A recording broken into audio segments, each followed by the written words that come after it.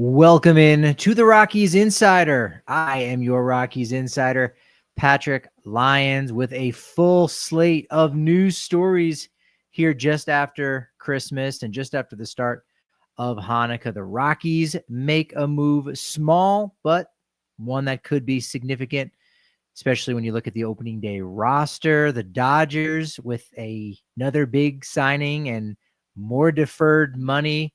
A Yankee goes elsewhere.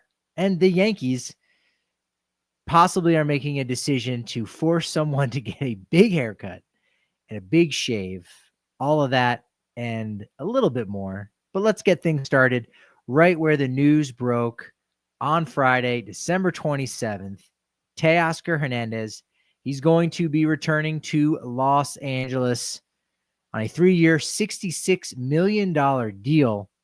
That does come with a club option for only $15 million in 2028 when he's starting his age 35 season. So the Dodgers bring back one of the more pivotal players in their 2024 World Series, Teoscar Hernández, a guy who was an all-star for only the second time in his career this past season.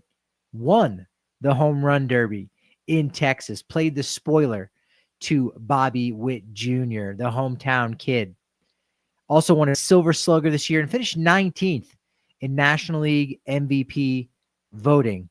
So this was a player who, by all accounts, had a career year, especially when you look at wins above replacement. 4.3 BWAR, that was a career high for him. 33 home runs, also a career high. And despite the fact that his defense is rather lackluster, I think he was a full -1 defensive wins above replacement. The Dodgers are able to work around him. The Dodgers are able to do what they can with their center field options to make up for the weaknesses that are typically found in left field with Teoscar Hernández.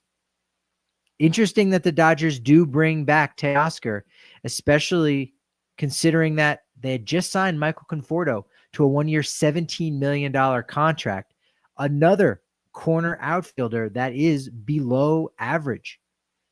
Are we going to see a ton of Teoscar in left and Conforto in right? Are we going to see more of a platoon where Teoscar starts on the days against lefties? Conforto is only starting against right-handed pitchers. Teoscar is going to be in there each and every day. So they've got to figure out a way to get both those guys in the lineup. You know that they already have. But I'm very curious as to what this could possibly mean for Shohei Ohtani. Because if Conforto is going to be crushing right-handed pitchers and Teoscar is going to be in there just about every single day, both of those guys are going to have to be in the corners. And no great defensive center fielder, even someone like a James Outman, they can only do so much. And I wouldn't even put James Outman in that great category. He's probably very close. But even still, if Outman's not out there and his bat's not getting the job done, are you going to be fine with a glove-only guy in center field? Especially when you're going with a glove-only guy at shortstop with Miguel Rojas on certain days when there's lefty starting pitchers and Mookie Betts is over at second base. The Dodgers can mix and match. I think that's what makes them such a dangerous team once again for 2025. So maybe they don't have to have that answer. Maybe they are okay with Teoscar in left and Conforto in right. Maybe they're able to communicate to both of those guys, look, it's going to be a struggle out there, and we know that the metrics are going to suggest you're below average. Don't look at the defensive metrics. We're fine with what you're doing. We'll work with you. We'll give you good placement as best as you can and do what you can. We're okay with that because what you provide offensively more than makes up from the detractors defensively. So if you know that going out there, you're not going to press. If anything, you're going to feel that much more comfortable in the batter's box knowing that is where you're going to contribute.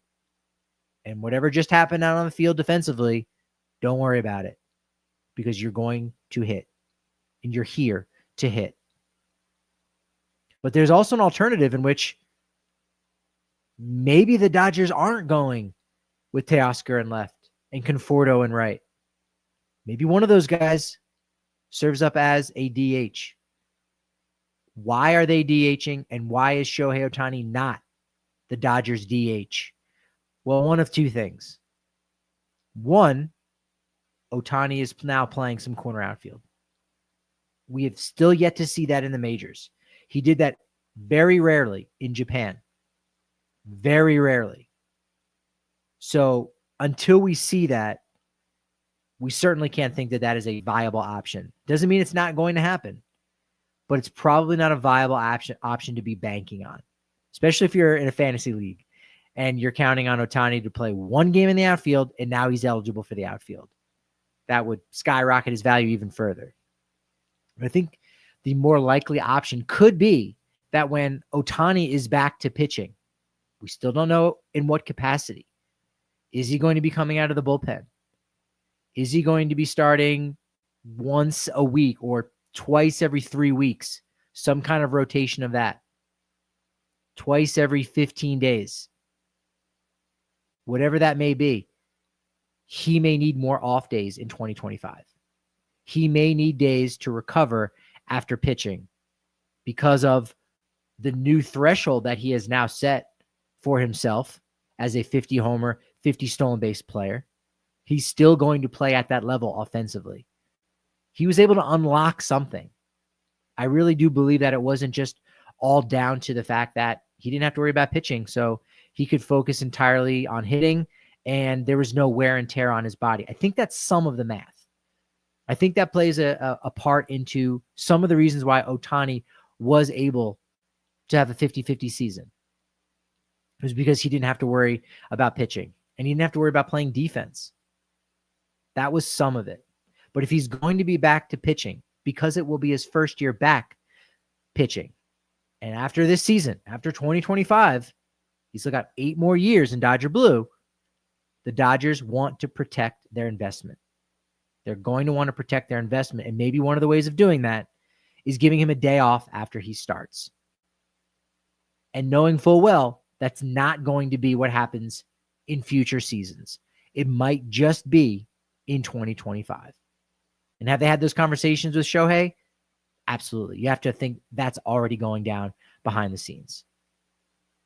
So are the Dodgers going to be fine with corner outfield of Teoscar and Conforto? Yes.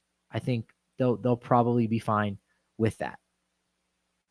They'll be fine with the subpar defense. But maybe, just maybe, there are plans in place for Ohtani to have some more days off. I think that is more likely than the alternative where you see Ohtani in the outfield. I think we might see that happen. It just might not be in 2025.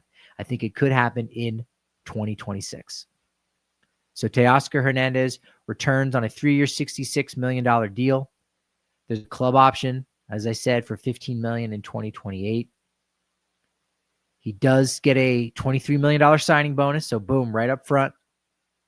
He's getting a big chunk of that, which means there's only $43 million left remaining owed to him, and $23 million is going to be deferred.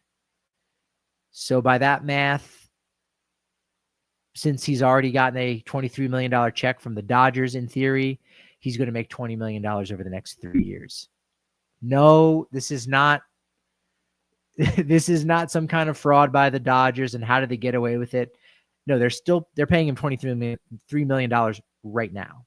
And even if they're only paying him $6-7 million for 2025, that's still $30 million he's making over the course of a calendar year. So it all checks out in general for the man at the center of the check swing heard round the Rockies. I don't think that phrase has caught on by any means. I'm surprised no one came up with that. I'm a little disappointed in myself, perhaps. But if we want to call it the check swing heard round the Rockies, you know what that is. You know Teoscar Hernández. You know Jake Cave. You know how that story goes.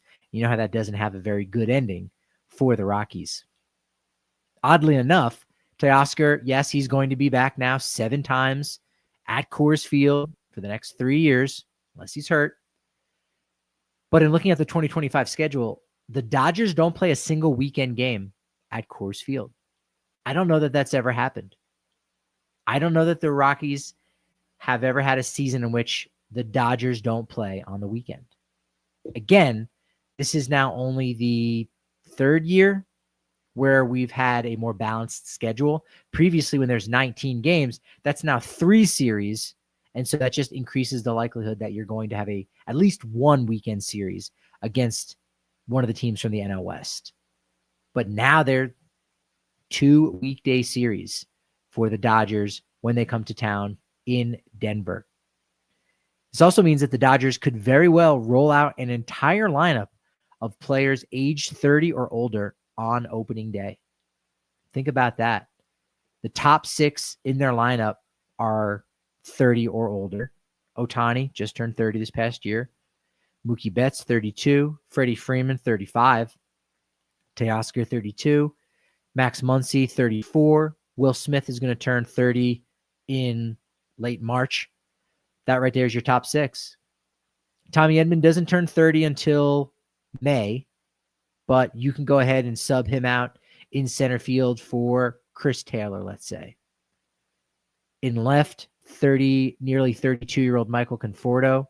And at second base, if you don't want Gavin Lutz in there, you can go ahead and have Miguel Rojas at shortstop, move Mookie Betts over to second base. That's an old lineup, but again, if it's any other team other than the Dodgers, you're probably concerned. I don't think anyone's really concerned with a somewhat aged starting lineup for the Los Angeles Dodgers. And I don't think there's any concern right now about the recent pickup for the Colorado Rockies, Diego Castillo. Didn't have a great 2024, was pretty solid in general with Minnesota, but that was a very, very brief outing. Might have been 10 innings in the majors. Really struggled in AAA, not in the Pacific Coast League. Used to be that Minnesota was in the Pacific Coast League, or at least St. Paul would have been on the western side of AAA. For many years, the Twins' AAA affiliate was the Rochester Red Wings in upstate New York. But nevertheless, with a shift in minor league baseball, St. Paul is in the International League. And so Aram Layton, the man over at Just Baseball, breaks that news that Diego Castillo, 30 years old, he'll be 31 next month, signs a minor league deal with a big league invite to spring training for next season.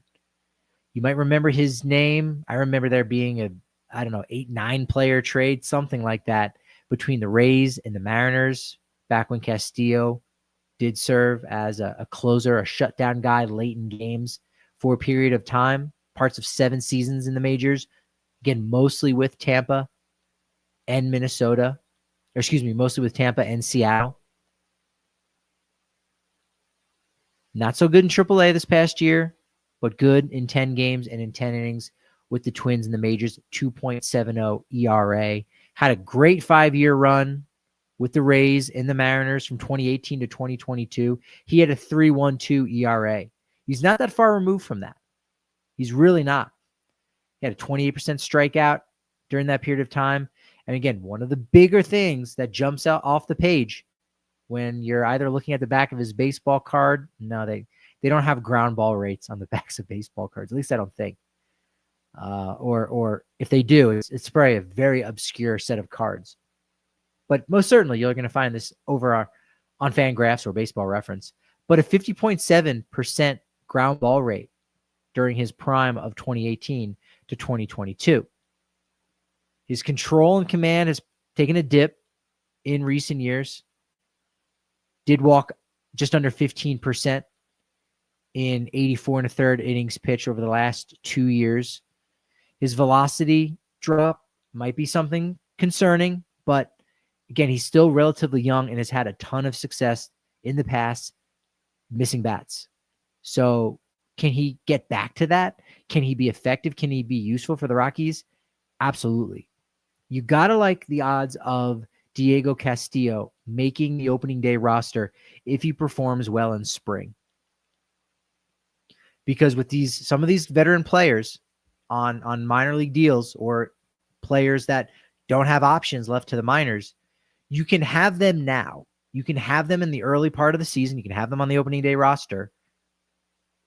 And then you can still have those young players behind them.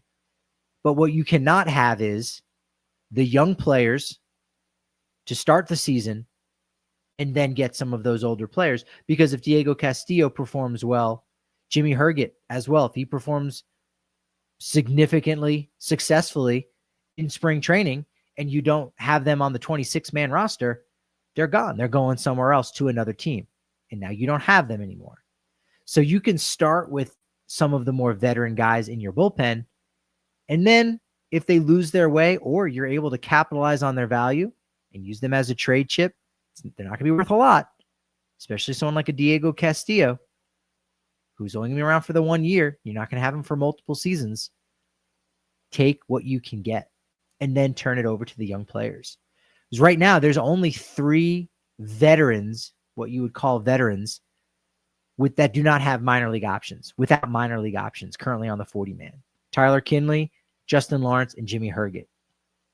I'm a big fan of using resources, literally and figuratively. I got to use your resources out there to figure out what's going on. If you're not always at the ballpark or someone doesn't return a phone call, I've got my connections, I've got my people, I've got my sources.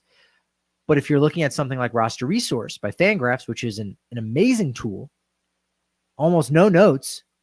Right now, Jimmy Herget is not on that 26-man roster.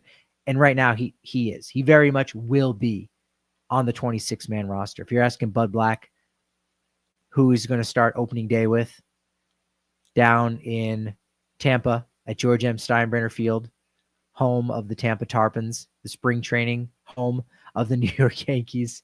Still crazy to think that they're going to start next season in a minor league ballpark. But if you were to ask Buddy, Jimmy Herget is in that opening day bullpen because you need some reliable veteran guys to carry some of the load for some of those young players. Diego Castillo could be one of those guys. So right now, if you're saying, all right, there are 3 players without options to the minors, Kinley, Lawrence, Herget, that doesn't leave very many spots for other bullpen locations. Sorry, I blacked out there for a second because I misread my notes. Let's refocus here. So after Kinley, Lawrence, and Herget, there are 10 relievers still on the 40-man roster for the Rockies, all of whom spent some time in the Rockies bullpen in 2024. And they are battling for the final 5 spots. Now, if you go ahead and add Diego Castillo, now you've got only 4 spots.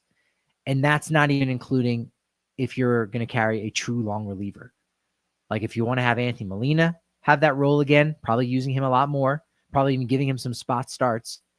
You're going to go Bradley Blaylock, Tanner Gordon, maybe even a Carson Palmquist. Don't be shocked by his inclusion because I really think that he could be given that opportunity in the majors to get his feet wet, especially after what he did have to suffer through last year in AAA. It might be safer to carry Carson Palmquist as a long reliever in 2025. So if you do carry one of those guys, now you've got 10 relievers for 4 spots. That's a lot more depth than they've had recently. That is a good problem because, again, you can go with a hot hand. You can put guys on the IL, whether it's phantom or otherwise. We'll never know. But if guys go on the IL, they still get service time. They're still getting paid. They're getting big league per diem. All that's good stuff. And then you call somebody else up. And now you have a lot more depth to work from. That's going to make your team that much better. The guys still have to go out and perform. They absolutely have to perform. But if you've got 4 spots for 10 young relievers with minor league options, those 4 guys that you take can be pretty darn good. Your bullpen's going to be that much better. And then if they struggle the first couple weeks of the season, first month, there are 6 more hungry dudes down in Albuquerque ready to take their spot. It's a good situation.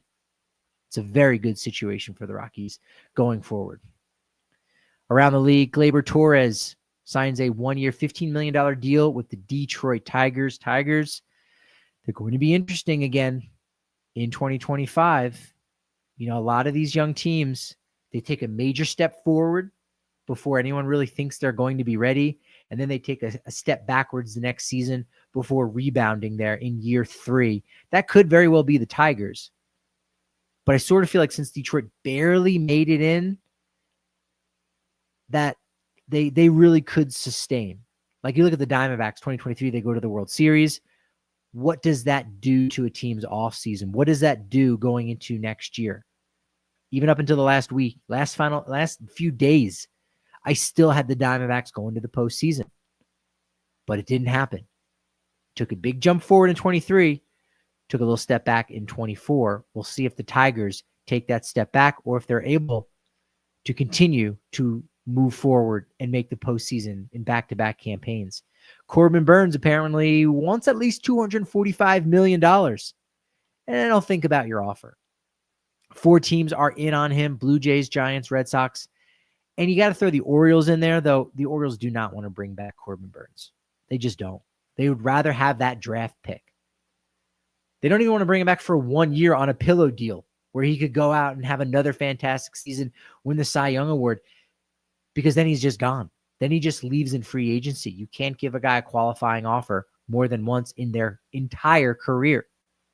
So they don't really want him back. They've already tried to replace him with much cheaper options. So part of the plan is to get those draft picks. So they're in on Corbin Burnes, but they are a distant 4th behind Toronto, San Francisco, and Baltimore. That $245 million figure, it's not a mistake.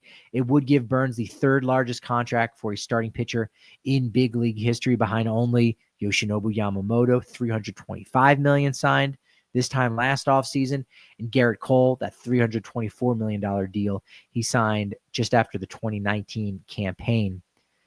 Dodgers are paying Snell about $150, but that's only for 5 seasons. Got to remember the Yankees did pay Max Fried 8 years, $218.